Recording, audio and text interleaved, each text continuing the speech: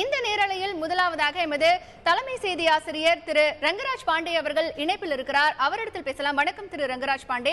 இப்போ நேற்று பிரதமர் அறிவித்த 500 ரூபாய் மற்றும் 1000 ரூபாய் நோட்டுகள் செல்லாது அப்படிங்கிற ஒரு அறிவிப்பு மக்களிடத்துல ஒரு மிகப்பெரிய பீதியை கிளப்பி இருக்கிறது. இன்றைக்கு பல இடங்கள்ல 500 ரூபாய் மற்றும் 1000 ரூபாய் நோட்டுகளை வணிகர்கள் மற்றும் பெட்ரோல் பங்குகளை கூட வாங்க மாட்டார்கள், வாங்க முடியாது அப்படின்னு சொல்லி பல்வேறு தரப்பினர் சொல்றாங்க. இப்போ வியாபாரிகளை பொறுத்த வரைக்கும் இந்த 500 ரூபாய் 1000 ரூபாய் நோட்டுகளை அவர்கள் வாங்கினாலும் கூட அதற்கு பிறகு அவர்கள் வங்கிகளை மாற்றிக்கொள்ளக்கூடிய நிலை இருக்கிறது. ஏன் இந்த பயம் அந்த வணிகர்களிடத்துல இருக்கு அப்படின்னு நம்ம சொல்ல முடியும்? ரெண்டு மூணு விஷயம் கிளியர் பண்ணிடுறேன். என்ன அப்படின்னா, ஒண்ணு, 3 நாளைக்கு இன்று நாளை மறுதினம் வரைக்கும் 11ஆம் தேதி வரைக்கும் பெட்ரோல் பங்குல டீசலுக்கு பெட்ரோலுக்கு போடுறதுக்கு 500 ரூபாய்த்தால் 1000 ரூபாய்த்தால் வாங்கிக்கலாம். எந்த தடையும் கிடையாது. பொதுத்துறை பெட்ரோலிய நிறுவனங்கள்ல ரிலையன்ஸ் மாதிரி மற்றவங்க மாதிரி இருக்கக்கூடிய விஷயங்கள்ல பண்ண முடியாது. ஆனா அரசு அந்த இந்தியன் ஆயில், HP, BP இந்த மாதிரி எல்லா இடங்கள்லயும் இவங்க பணத்தை மாற்றிக்கொள்ள முடியும். அவர்கள் வாங்கி கொள்ளலாம்.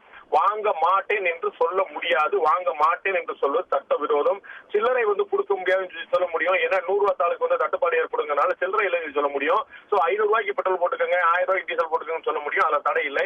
பெட்ரோலிய நிறுவனங்கள் இருக்கக்கூடிய எண்ணெய் நிறுவனங்கள் இருக்கக்கூடிய கேஸுக்கோ பெட்ரோலுக்கோ டீசலுக்கோ இவர்கள் வாங்க மாட்டேன் 500 ரூபாய் தாள் அப்படி சொல்லி நாளை மறுதினம் வரை 9, 10, 11 இந்த 3 நாட்களுக்கு அவர்கள் சொல்ல முடியாது. ஒன்று.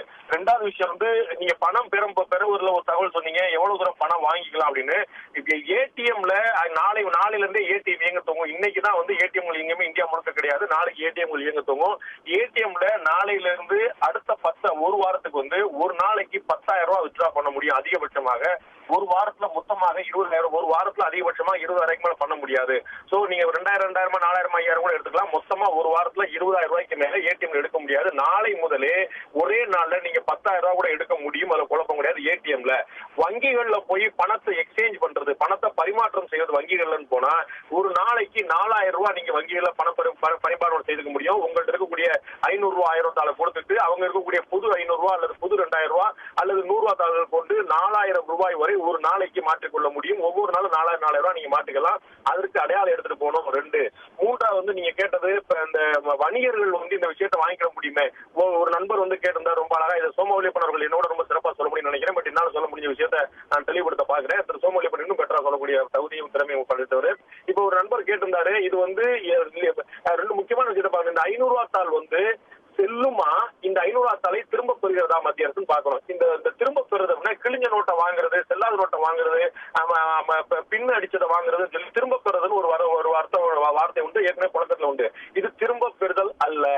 500 ரூபாய் நோட்டும் 1000 ரூபாய் நோட்டும் is no more legal tender அப்படிங்கறதா நேற்று பிரதமர் பயன்படுத்திய வார்த்தை. எனவே அது இனிமேல் செல்லாது. பழைய 500 ரூபாய் பழைய 1000 ரூபாய் செல்லாது அப்படிங்கிறது தான் அதிகாரப்பூர்வமான தகவல். அதுதான் உண்மை. அதுல குழப்பமே வேண்டாம்.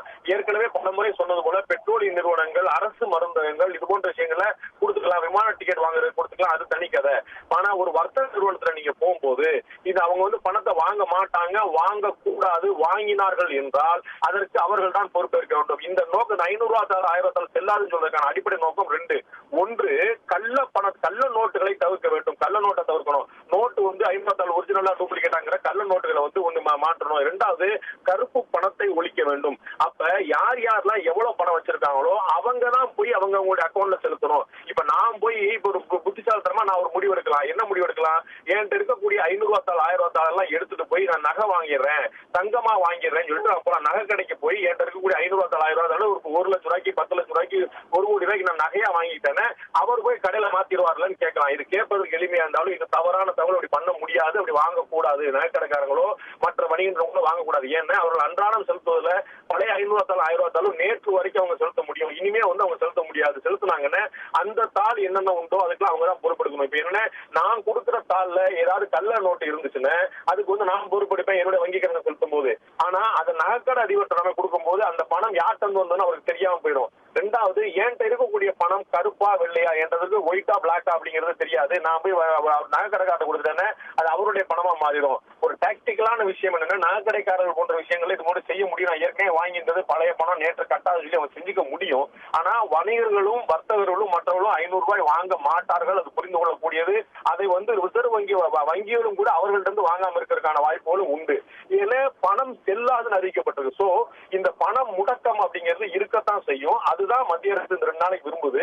அதுதான் இந்த கள்ள நோட்டையும் கருப்பு பணத்தையும் வெளியே கொண்டு வரும். இந்த உங்கள்ட்ட இருக்கக்கூடிய பணம் கள்ள நோட்டா கருப்பு பணமா உங்களுடைய வங்கி அக்கௌண்ட்ல நீங்க அத்தனை பணத்தையும் செலுத்தும் போதுதான் எவ்வளவு பணம் நாட்டுல இருக்குது அப்படிங்கிறது டெபாசிட் ஆறது மூலமா மக்கள் அரசாங்கம் கண்டுபிடிச்சுக்கிறோம்.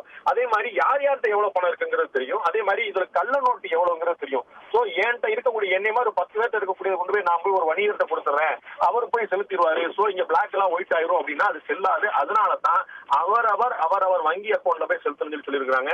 எனவே 500 ரூபாய் செல்லும் அப்படிங்கிறது 500 ரூபாய் நீங்க கொடுத்து நீங்க போய் மாத்திக்கலாம் அப்படிங்கிறது ஒவ்வொரு தனிநபருக்கும் நிறுவனங்களுக்கும் அவரவர் ரிஸ்க்ல தான் பொருந்துமே தவிர பொதுவான விஷயம் கிடையாது. ஏன்ட்ட நீங்க 500 ரூபாய் தாலும் 1000 ரூபாய் தாலும் வாங்கி நீங்க போய் வணிக நிறுவனம் போய் நகை கடையோ வர்த்தக கடையோ பலசரக்கு கடையோ பெரிய கடையோ சின்ன கடையோ அவங்க போய் மாத்திக்கலாமே அப்படின்னா மாத்த மாட்டாங்க. இனிமே இன்னைக்கு தேதிக்கு சட்டப்பூர்வமாக 500 ரூபாய் தாலும் நான் ஒரு கடையில கொடுத்தா அதுக்கு செல்லாது அப்படிங்கிற 500 ரூபாய் தாலும் 1000 ரூபாய் தாலும் வங்கிகள்ல மட்டுமே செல்லும். ஏற்கனவே குறிப்பிட்டது போல அந்த விதிவிலக்குகள் 3 நாளைக்கான விதிவிலக்குகள் இருக்கு. கூட்டுறவு மருந்தகங்கள், அரசாங்க மருந்தகங்கள், பேருந்து நிலையங்கள்ல உள்ள ticket, bus ticket, flight ticket, train ticket, கூட்டுறவு மருந்தகங்கள், பெட்ரோல் பங்குகள், பெட்ரோல் டீசல் பங்குகள், கேஸ் நிரப்புறதுக்கான பங்குகள் இதுலதான் 3 நாளைக்கு செல்லும். மற்ற எங்கேயுமே 500 ரூபாய் தாள் செல்லாது. ஒரு நகைக்கடையிலயோ ஒரு கடையில போய் வாங்கினா அவர் வாங்க மாட்டேன்னு தான் சொல்லணும். வாங்கினா அதற்கான ரிஸ்க் அவங்க தான் எடுக்கணும். எனக்கு தெரிஞ்சளவுக்கு நான் சொல்லியிருக்கேன். திரு சோமவழி பண்ணும் பெற்றா சொல்ல நிர்வாகிறேன். ஹேமா.